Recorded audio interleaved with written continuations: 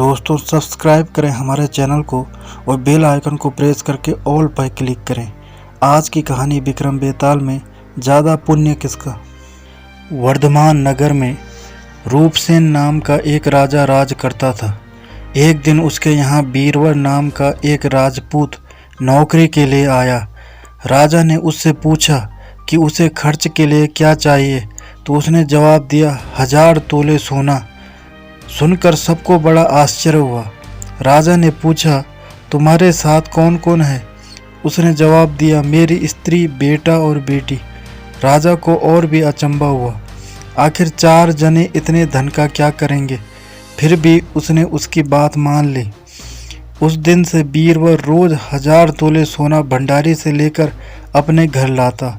उसमें से आधा ब्राह्मणों में बांट देता, बाकी के 2 हिस्से करके एक मेहमानों, बैरागियों और सन्यासियों को दे देता और दूसरे से भोजन बनवा कर पहले गरीबों को खिलाता। उसके बाद जो बचता उसे स्त्री बच्चों को खिलाता, आप खाता।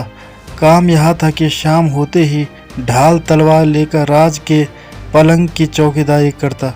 राजा को जब कभी रात को जरूरत होती वह हाजिर रहता।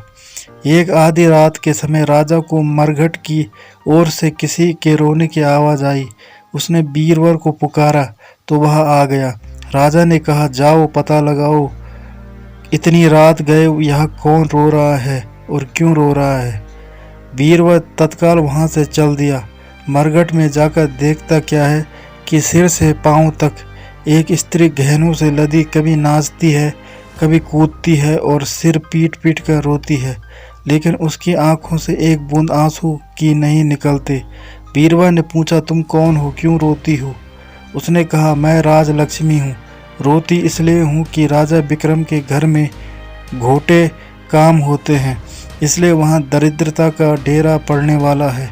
मैं वहाँ से चली जाऊँगी और राजा दुखी होकर 1 महीने में मर जाएगा। सुनकर बीरवर ने पूछा इससे बचने का कोई उपाय है।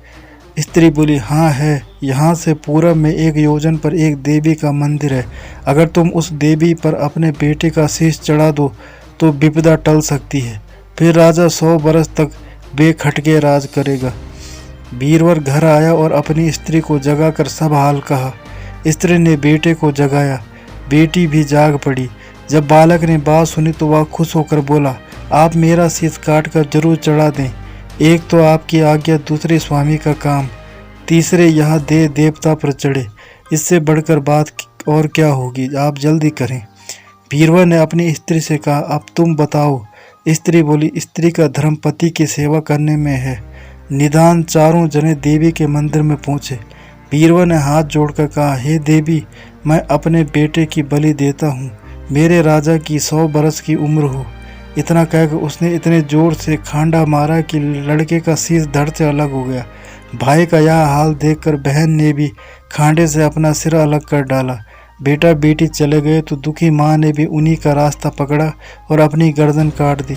बीरवर ने सोचा कि घर में कोई नहीं रहा तो मैं ही जी कर क्या करूँगा।